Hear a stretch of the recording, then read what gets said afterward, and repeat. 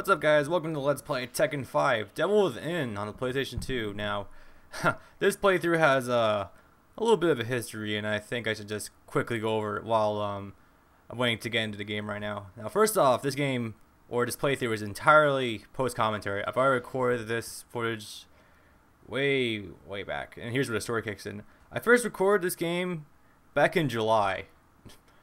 It's April right now, so from fucking July 2013 to April 2014, this game's just been, you know, chilling on my hard drive, just collecting dust, not really doing anything. So there's a reason for that. It's because I want to get my friend Josh, who's also a pretty big Tekken aficionado, in on it. But yeah, in that like 7 or 9 month gap, I have not been able to accomplish that. So I was like, you know what, I'm just gonna sit down, just chill, take a break, and just do the entire post commentary for the solo. Which, even then, I'm pretty sure I can make this somewhat entertaining, since I have quite a few things I could say about Tekken, since I've grown very attached to the series in the past couple of years, actually. Alright, so first of all, what is Tekken 5 Devil Within? Devil Within is an action beat-em-up platformer.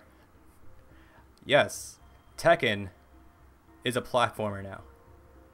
I don't really think I need to explain how that's automatically interesting by itself, but this is where it's going to get a little weird. And first of all, this is where I'm going to shake things up a little bit. Now, normally when you play this game, you only start as base form of Jin, where if you gather enough of a meter that's like right below the yellow bar, which is your health bar. Good thing this game actually could sort it out pretty decently. Anyway. So normally you only play as Jin, and the way you get into Devil Jin is by either taking damage or collecting certain orbs throughout the adventure. As for me, fuck that. I don't like playing as regular Jin in this game, and there's a couple of reasons for that. The first being these enemies on layer levels are excuse me, really fucking annoying. When I say really fucking annoying, I'm saying you'll probably die too many times by the third level to really give a shit anymore. And my first time playing this, I kind of got my ass kicked, and I was like, yeah, I'm not doing this ever again. So right now I'm just kind of I'm going to be trailblazing the entire game with Devil Jin. And the way you do this is once you complete Tekken 5 Devil Within for the first time, when you select a level or select new game, what you want to do is when you're about to click start game, hold down L2, R3, select, and then press X to select the mission. I know that's like the most convoluted fucking input ever, and I made a point to memorize that, so every time I play this game I actually can do that. So all is well and well. Now Devil Jin has naturally quite a few differences from his human counterpart. First of all, his attack power is through the fucking roof. He can decimate these enemies in like regular 5-hit combos, or just like juggle them and then go for the kill. Whereas Devil Jin would, or no, normal Jin would probably have to go through like 2 or 3 full strings in order to take him down. Now, this is kind of a bad thing because, well, they're going to be dying so fast, you can't really juggle them, so you can't really get like a high grade, but my retort to that is, who cares? No, seriously, you don't really get any rewards for getting a high grade on Devil Within. The only rewards you actually get through playing this game is if you actually collect these, like, devil orbs, or what are they called? I think they're just called like devil emblems or something like that. They're basically just floating icons that have Devil Jin's logo on it.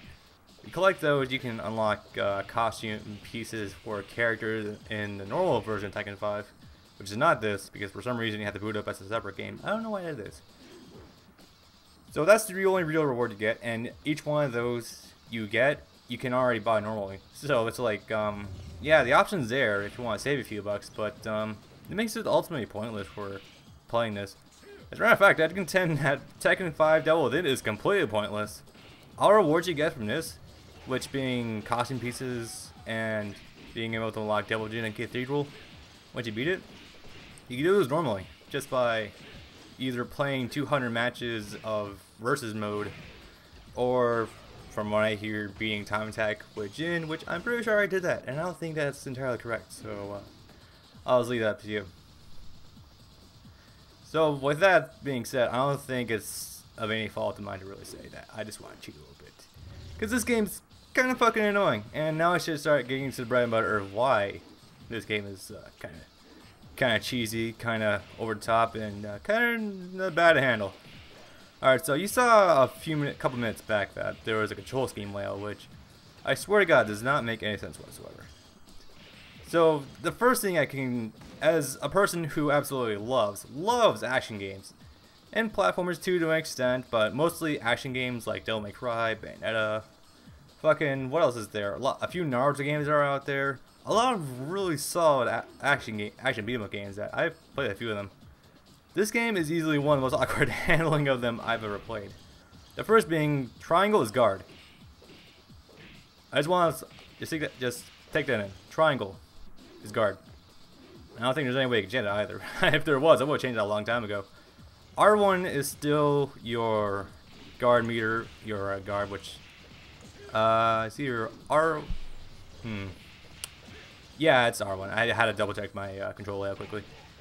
R1 to lock on, square to do a punch combo, which is basically like a 1-2 punch and then doing a laser scraper afterwards, which knocks people off the ground and juggles them, so it's pretty handy for taking care of a lot of bigger assholes.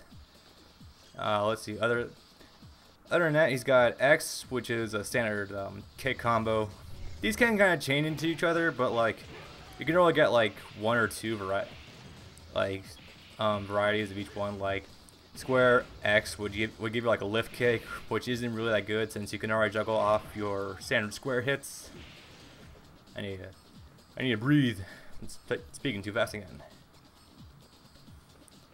You have circle to jump, which the jumping is actually not that bad in this game. The only thing I wish is that the drop shadow for Devil Jin is a little more pronounced, since platforming in this game could be a little tight. Not necessarily so in his early level, because this early level is like really easy to get burned through and it's not any challenge whatsoever. But levels 4 and 5, oh, you guys are gonna want to do that. You definitely want a bigger drop shadow by the time you get to those. Those are fun. You'll see that come parts like 6, 7, and 8, which is where it gets a little insane. Part 1 here is just gonna entirely be level 1, which yeah, you're gonna want to pay attention to, because there's a few things here that you're gonna learn that will be coming very handy later on. So outside all that, you can press select to turn your minimap on and off, which, for God's sakes, never ever turn your fucking minimap off. That thing is damn near mandatory, because a lot of the quarters in this game kind of look the same. I mean, I know a lot of action games produced by Namco usually suffer this syndrome where everything looks the same, it's harder to tell to navigate, yada yada yada, but here is not necessarily that's the problem. It's that there's so many fucking errors to go through, so much hassle in order to do so, and considering the fact that you have Italian switches which deactivate laser gates so you can get through to move on, it gets a little annoying. Just a little though, just a little. So just rely on your minimap. It will never lie to you. There's no multiple elevation levels until like level 3 and level 4, but even then they're not too bad. Actually, no, level 5 is kind of a dick, but that's where this is now. Yeah. Excuse me. Alright, so other differences that Devil Jin has besides regular Jin.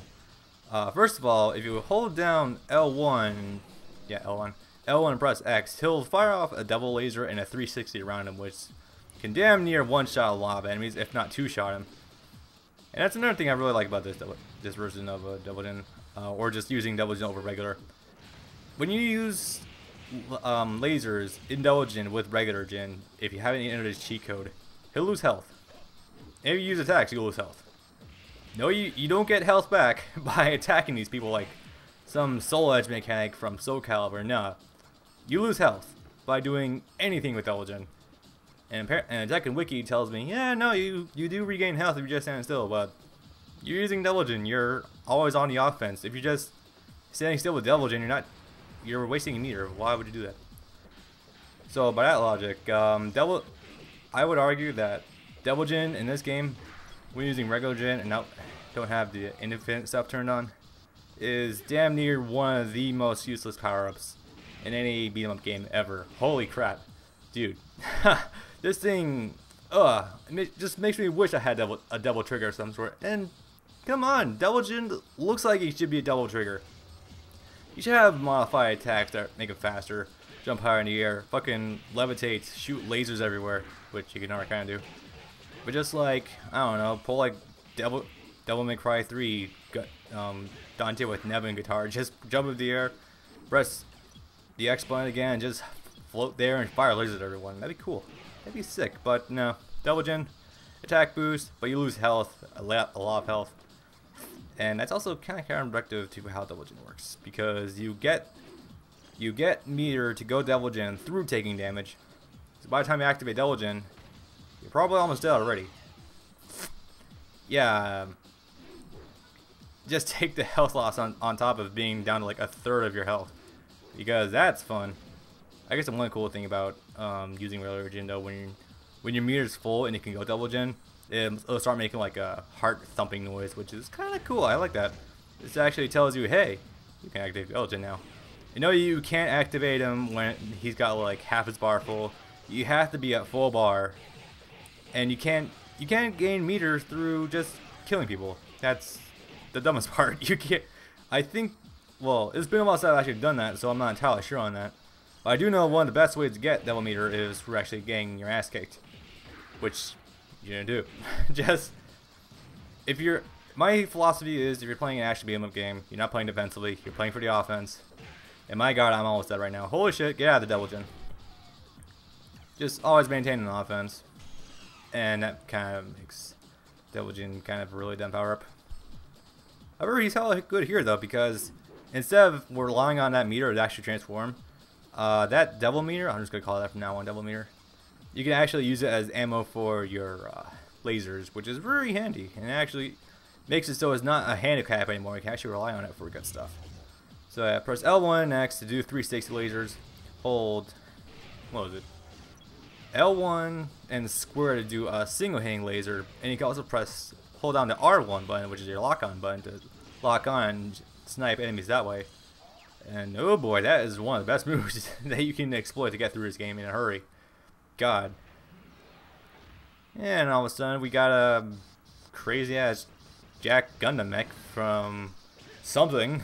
I have no idea where this boss comes from, and I could also say that for other bosses going up, but this is where it's the most pronounced. This dude just comes completely out of fucking nowhere. And also, he is annoying as hell if you're using regular Jin, well, because A, he has projectiles. That's automatic a problem, because regular Jin has no projectiles whatsoever. And no real way of avoiding them either. So, main idea, if you have the laser meter, use it. If you can get in close and do damage, do it. Otherwise, if you get hit like this, you can't start guarding it in the middle of it. You have to take damage, and that just makes it really annoying. But yeah, I'll get to explaining more stuff in the next part, since, well, this is probably going to be the shortest episode, because from here on out, the levels are going to get kind of insane. By kind of insane, I mean they get upwards of like half an hour long. So I hope you kiddies buckle down and get ready to enjoy yourselves, because this is going to be a long one. I'll see you in the next part.